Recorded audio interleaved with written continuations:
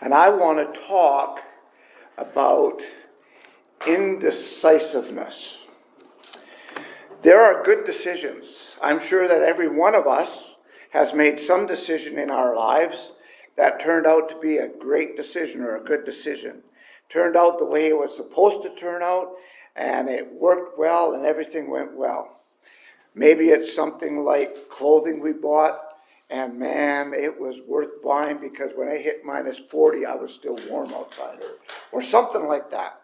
And so it was a good decision. On the other hand, we sometimes make some bad decisions, decisions that we regret later on. We chose something or did something, and it came back to bite us or to haunt us maybe. My brother, John, he made a decision to wrap a $20 bill around his wrist, around his arm tightly, and let another person take a cigarette and burn a hole through that $20 bill. And if it burned through the bill, if he actually burned a hole in the bill before he went, too hot, then the $20 bill would be his. Well, it was his, but he also had a big burn in his arm. And I think he still regrets it to this day. I told him I wouldn't do it unless it was a $100 bill. But 20 wasn't worth it. But so he's always had this scar where there was a huge hole in his arm for a long time. One thing that can be difficult in life is making decisions. We all have gone shopping and bought something, and the strategy of the salesperson is to get you in such a state of tension that you will almost make any decision just to get away from them. Have you ever been there? They do that.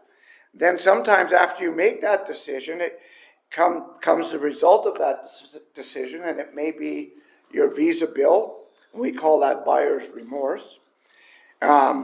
You agreed to buy it, you signed the papers, you put money down and all of that. You go home and you say, did I do the right thing? Did I pay too much? What have I done now? Or perhaps you decide to buy a large ticket item like a car. So you go to your friend, you drive over there with your car and to your friends and look at the car I purchased. And I'm not talking about you now. And look at the car I purchased. And your friend goes, oh man, I wish you'd have told me that you were in the market for a car. I could have got that one for half the price for you. And then you go and go, oh man, that was a bad decision. And you beat yourself up about it. I could have got it for a lot less money. And so indecision is a problem, and decision can be a problem. And so this morning I want to talk a little bit about the danger of indecision, because that is where so many people are at in their spiritual life. It's a place that they won't make any decision about anything. And there's reasons, there's things that are driving this. So we have to figure out what causes indecision on our part. What is it that drives us to be indecisive? I think it's quite obvious, at times anyways. Jesus had a lot to say about it, like in Matthew chapter 6 and verse 24. And we kind of talked in this class about this a little bit.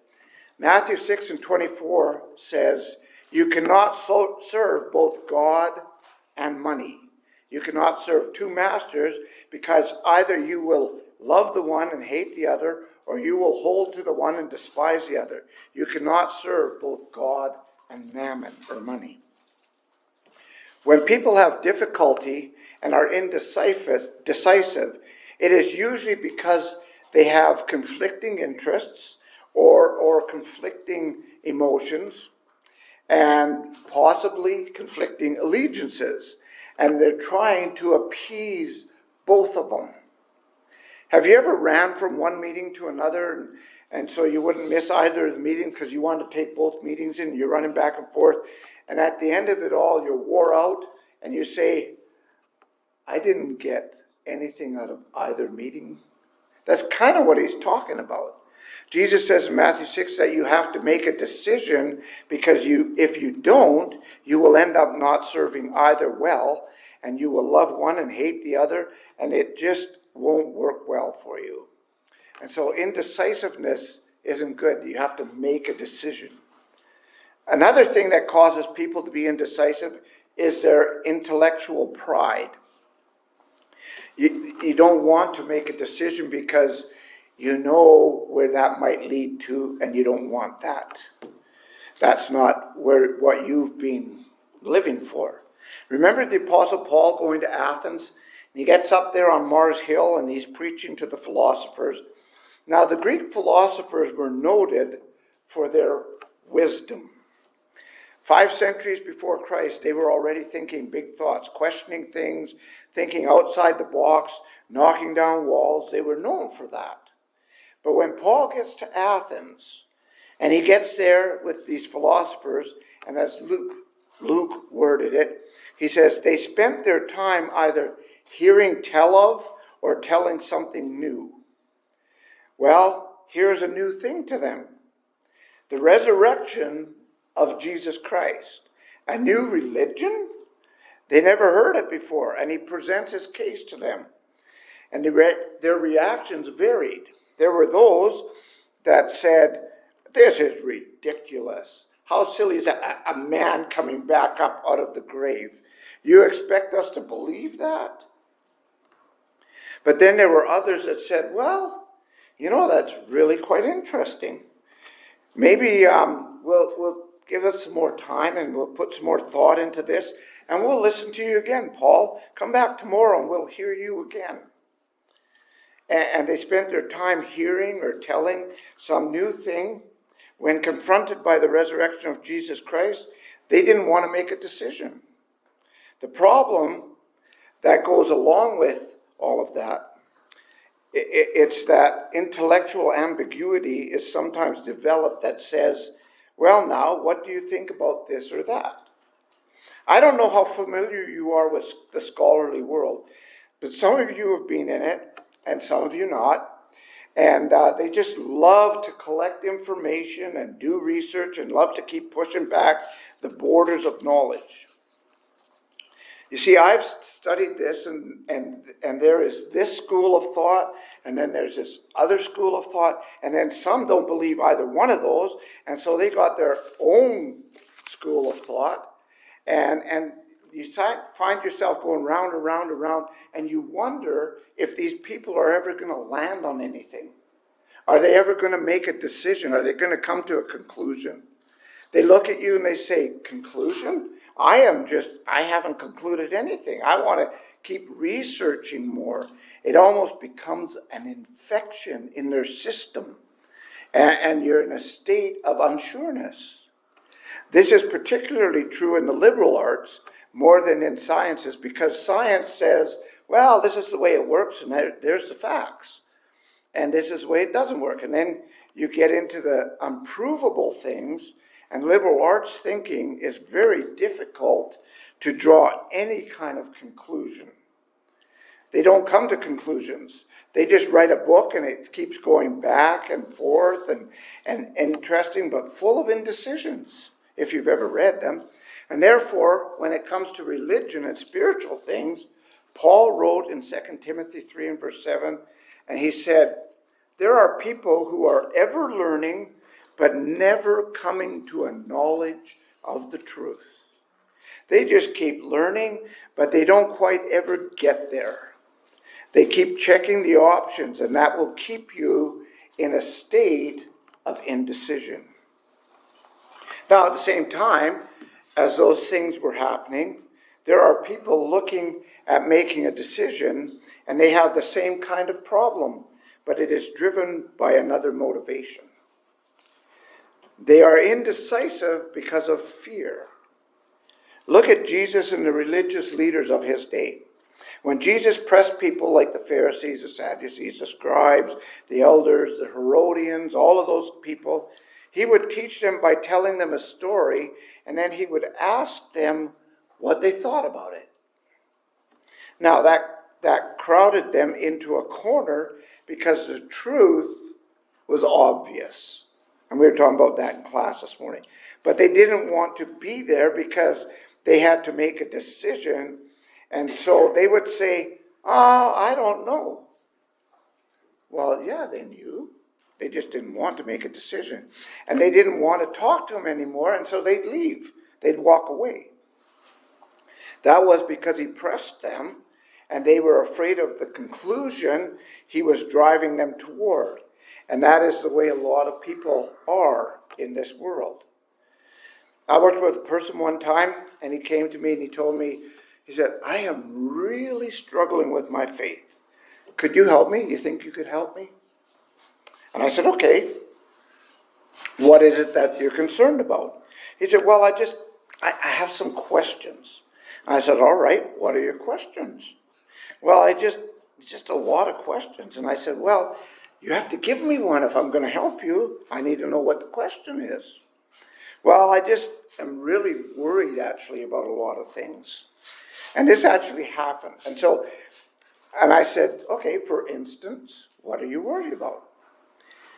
But you guessed it, I never got a clear anything out of him. No question, no worry, never ever gave me anything. So I said, I'll tell you what, I have this little book. It wasn't a very big book, it was a little book. And I said to him, how about you read this little book, and then you come back and you talk to me about it. I was pushing him to make a decision one way or the other. I wanted him to read the book to get a focus on what was really troubling him. Well, he came back in a week, and he said, I said, great, let's talk about that book. And he said, well, I didn't get the book read. Well, I said, how much did you read? Well, he said, I didn't finish it. And I said, okay, so how much did you read? And he said, well, I didn't get it started. He didn't read the book. So how do you attack a problem if you don't know what it is? Well, I said, well, I just can't help you unless you tell me what your problem is. I mean, I need to know something to tell you. But he was so indecisive and so afraid that he might hear something that he didn't want to hear. That he wouldn't read the book, he wouldn't give me a question that he had or a worry that he had. He wouldn't do any of it.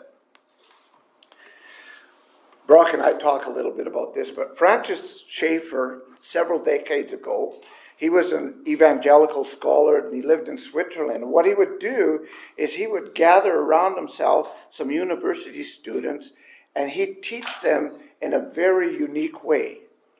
The students came in thinking they knew a lot of things, and he would go with that, with what they knew, and he would take them down the path that they chose to go, but he would take them down that path a lot further than they wanted to go, and that was his whole intention. He would get them so far down that path that they would say, when they came to a conclusion, they would say, that is ridiculous, I don't believe that. How did we get here? And he said, well, you started here and we went down that path. And that's where we got there, right? He would say there is no point in getting in front of people and trying to resist them when they have all of those doubts. He says, just go ahead and take them down that path and let them decide and discover if they like that path and its ultimate conclusion. And he would talk and reason with these students in this manner. So one day, a student said to him, there is no right or wrong. There's no good or bad. Everything is just neutral. So he went and he got himself a pot of boiling water.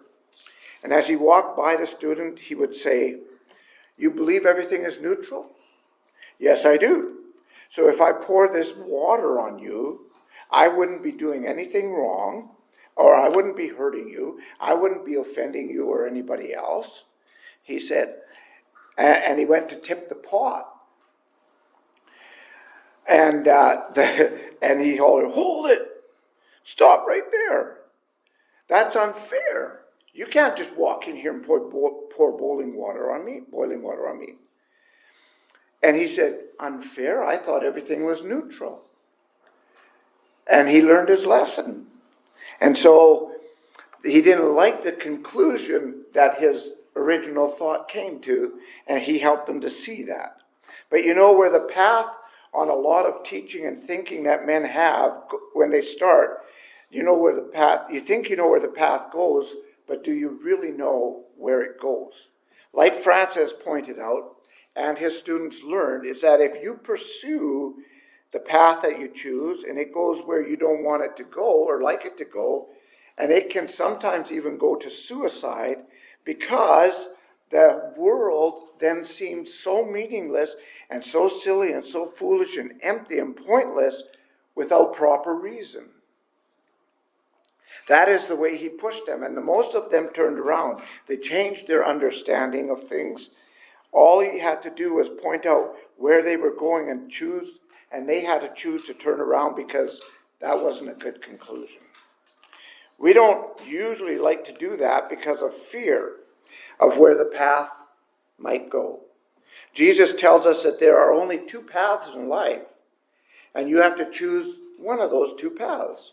So we go on a path, we choose one of those paths, and we check it out, and we go down that path. And if we find out that that path leads to a destruction of life, then we go, whoa, we better turn around on this and go back, because the other path, the option is to have eternal life.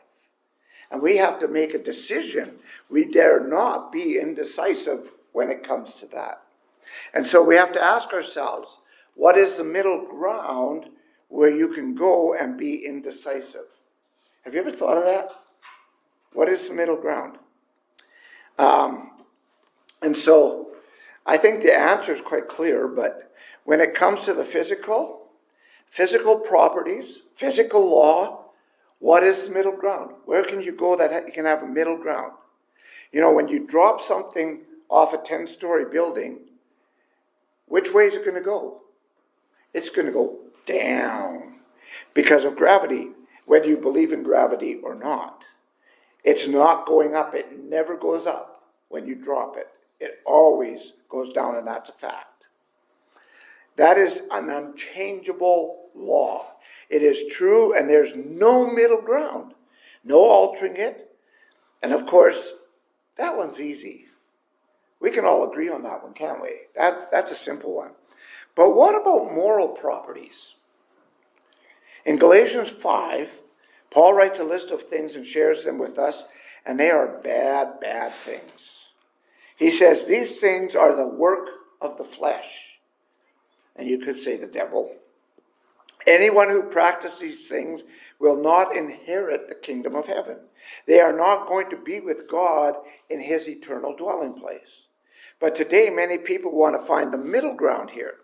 But Paul says immoral things like lying, gossip, slanders, stealing, all of these ugly things, he says they all lead down that path that's of destruction. And they're wrong. And you don't want that. And so the scripture says there's no middle ground on morals. They're one way or the other. Spiritually, the very same thing is true. In 1 Kings 18, Israel, in the time of Ahab and Jezebel, encouraged the people, encouraged by this wicked duo, were heading down the wrong path. Now, they had not taken time to go far enough down to that path yet to figure out that's not where they wanted to go, because no one was there to help them do that. So they're just kind of bumbling along and following these two evil people. Most everyone in Israel was worshiping Baal, which always seemed to be a hang-up that Israel had. They had it in Egypt, and they couldn't get over it. And we all know the story of the showdown on Mount Carmel between Elijah and the 450 prophets of Baal. And the showdown, they had to prove who was really God. Well, it turns out that the Baal prophets failed, and God answered Elijah, and then look at what happens. All the prophets of Baal are killed. And so Elijah says, okay, people, here's what I want you to do. I want you to make a decision. You quit being indecisive now. You quit toddling back and forth, limping between the two. You quit all that nonsense and you make a decision. Is it God or is it them? And the people say it's God because the showdown showed them. But they had to make a decision. They were so indecisive. Well, indecisiveness never works. So what are we dealing with being Christians? I think it's this. We can sometimes be indecisive when it comes to Christ. We can say, I believe in God, and I think Jesus is a nice guy and a good guy. And I've heard people say this, and maybe even a genius. But I just struggle with this idea of him being the Son of God. So I don't want to go as far as to say that. Some live their life that way and never make another step forward because of that. But they say, look here, I'm a good person, and I believe in God kind of, and Jesus a little bit, and I'm not totally committed. That's indecisiveness. And the danger is that you will die in that indecisive state. Indecision is cured in one way. It is cured by making a decision. That's the only way it can be cured. You must realize, and probably you have heard this more than once, that it is foolish to make an important decision without all of the facts. That is very true. But after you have all the facts, it's just as foolish to not make a decision. That is as true can be. I know a man who believed and who said that he wasn't quite ready to make a decision yet, but one day he would make that decision, and he was indecisive and never made that decision, and now it's too late for him. He died in his indecisiveness. It's a dangerous thing to be indecisive because you could wait until it's too late, and that is catastrophic. Centuries ago, the king of Syria sent an army to Egypt, and when they arrived, they found themselves encroaching on the Roman Empire because Rome had already taken Egypt. So the Roman Empire sent an ambassador down to Egypt to talk to the king of Syria. He told them to withdraw from Egypt, and like all good politicians, the Syrian king said he would take it under advisement. I will not make a decision. The ambassador of the Roman army took his sword and he walked around the king and he drew a circle on the floor and he said, I want your decision before you step out of this circle. In other words, he said, you're not going to play that game with me of indecisiveness. He said, you're going to make a decision right here, right now. Decision making is always now. There's no room to wait. Believing, confessing, repenting, being baptized into Christ is a now decision. No need for indecision on that. And so I encourage you not to be indecisive if you need that. And not say, well, I'm not quite ready yet or anything like that. But make a decision while we stand and encourage you in song.